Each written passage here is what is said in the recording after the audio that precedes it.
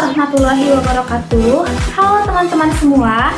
Di video kali ini saya akan menjelaskan materi mengenai tema 14, yaitu tentang memperbaiki kompetensi. Nah, untuk teman-teman semua yang penasaran dengan video penjelasan kali ini, yuk kita ikuti video ini sampai selesai ya teman-teman. Check it out. Hai semuanya, di video kali ini saya akan menjelaskan tentang tema 14, yaitu tentang memperbaiki kompetensi. Yuk kita langsung simak video ini sampai selesai ya. Jenis dan kategori kompetensi, konsep dan sejarah kompetensi.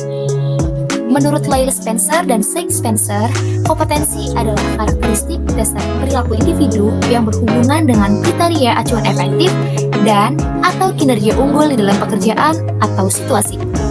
Lalu yang kedua, menurut Michelle Armstrong, kompetensi merupakan apa yang orang bawa pada suatu pekerjaan dalam bentuk tipe dan tingkat perilaku yang berbeda. Yang ketiga, menurut praktisi MSDM, kompetensi merupakan deskripsi dari karakteristik seseorang.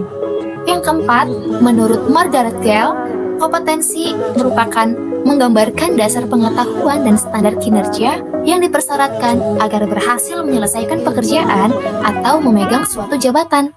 Yang kelima, menurut Training Against, kompetensi merupakan kemampuan untuk menjalankan aktivitas dalam pekerjaan atau fungsi sesuai dengan standar kerja yang diharapkan. Dan menurut SK Kepala BKN, kompetensi merupakan kemampuan dan karakteristik yang dimiliki seorang pegawai negeri sipil yang berupa pengetahuan, keterampilan, dan sikap perilaku yang diperlukan dalam tugas jabatannya, sehingga PNS tersebut dapat melakukan tugasnya secara profesional, efektif, dan efisien. Komponen kompetensi. Nah, untuk yang pertama ini adalah motivis. Motif menggerakkan, mengerahkan, dan menyeleksi perilaku terhadap tujuan atau kegiatan tertentu. Lalu yang kedua ada self-concept, yaitu sikap, nilai, dan citra diri seseorang. Yang ketiga ada skill, yaitu kemampuan untuk melaksanakan tugas fisik tertentu atau tugas mental tertentu. Yang keempat ada traits, yaitu merupakan karakteristik fisik dan respon konsisten terhadap berbagai situasi atau informasi. Dan yang kelima ada knowledge, yaitu pengetahuan atau info seseorang dalam bidang spesifik tertentu. Perlunya kompetensi diperbaiki. Determinan yang mempengaruhi atau membentuk kompetensi. Nah, untuk yang pertama adalah kepercayaan dan nilai. Kepercayaan dan nilai seseorang terhadap sesuatu sangat berpengaruh terhadap sikap dan perilaku seseorang. Lalu yang kedua adalah keahlian atau keterampilan.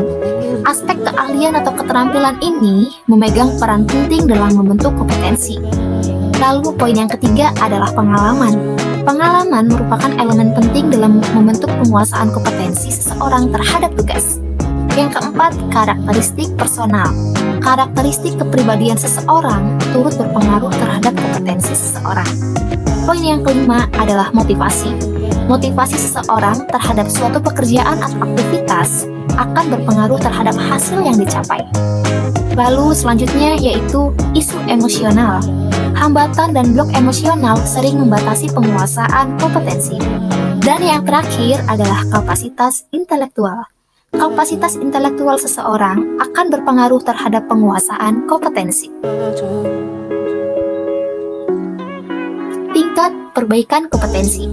Nah, untuk tingkat perbaikan kompetensi ini, yang pertama adalah mudah diperbaiki, yaitu mengembangkan orang lain, efisiensi produksi, kerja tim, keahlian teknis, orientasi pelayanan, dan mengelola kinerja.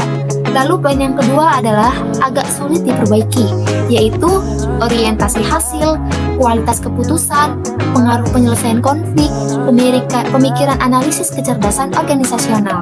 Dan yang ketiga adalah sulit diperbaiki, yaitu inisiatif, inovasi, integritas dan kejujuran, pengelolaan tekanan kejiwaan, dan pemikiran konseptualis, fleksibilitas. Perbedaan kompetensi dan konsep lain. Kompetensi ini merujuk pada pendekatan perilaku. Perilaku tertentu dijadikan parameter untuk mampu melaksanakan pekerjaan secara efektif, berhasil, dan unggul atau superior. Untuk komponen kompetensi sendiri terdiri dari dorongan, sifat, citra diri, peran sosial, dan kemampuan. Untuk pemahaman kompetensi, dalam hal pemahaman kompetensi ini perlu dijelaskan pengertian tentang pengetahuan, keterampilan, kemampuan, dan bakat untuk mengetahui sejauh mana perbedaan atau kesamaan dari konsep tersebut. Dan poin yang ketiga adalah pengetahuan seseorang.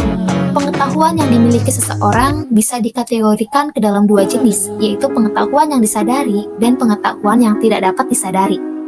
Dan keterampilan perilaku yang terkait tugas bisa dikuasai melalui pelatihan dan bantuan orang lain. Dan keterampilan perilaku ini merupakan fungsi dari faktor kepribadian individu dan faktor lingkungan. Sikap dibentuk dari kombinasi pengalaman, kondisi sosial atau lingkungan, dan kepribadian. Metode penilaian kompetensi, alternatif untuk desain kompetensi. Nah, untuk yang pertama ini, yaitu desain studi terbaik atau klasik dengan menggunakan sampel. Yang kedua adalah desain studi pendek dengan panel ahli. Dan yang ketiga adalah studi terhadap pemegang jabatan dan pekerjaan di masa depan. Rancangan studi. Rancangan studi terbaik model kompetensi dengan menggunakan sampel yang terdiri dari 6 tahap.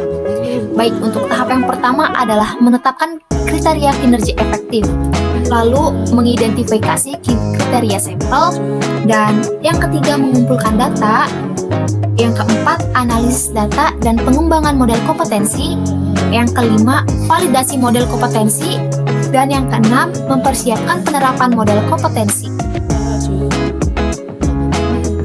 Tahap untuk merancang studi kompetensi. Untuk tahap yang pertama ini adalah menetapkan kriteria, yaitu menetapkan ukuran atau kriteria untuk menetapkan kinerja unggul efektif dalam pekerjaan yang akan dipelajari.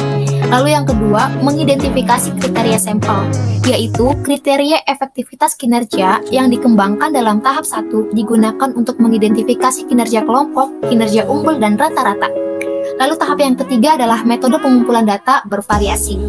Nah, di sini ini terdapat 6 metode, yaitu BEI, panel ahli, survei, database model kompetensi, sistem ahli, analisis jabatan, dan observasi langsung. Lalu yang keempat adalah analisis data dan pengembangan model.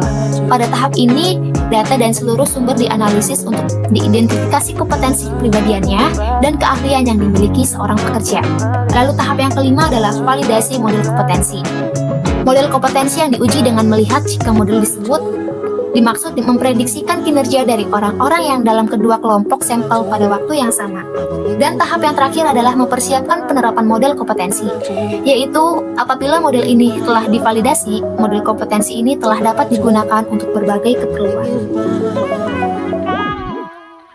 Lalu ada tahap mendefinisikan model kompetensi. Nah, untuk tahap ini, yang pertama adalah menjelaskan kriteria kinerja, lalu yang kedua mengidentifikasi orang-orang untuk sampel kriteria, yang ketiga mengumpulkan data melalui BEI atau metode lain, yang keempat menganalisis data dan mengidentifikasikan kompetensi, yang kelima mengesahkan model kompetensi, dan tahap yang keenam adalah mendesain aplikasi. Nah, teman-teman, untuk berikutnya yaitu terkait dimensi kompetensi. Jadi dari beberapa ahli membagi kompetensi dalam klaster atau gugus dan dimensi seperti berikut ini. Bisa dilihat ya di layar kalian, ada 3 ahli yang membagi kompetensi dalam klaster atau gugus dan dimensinya. Berikut dapat dibaca dan diperhatikan di layar tersebut.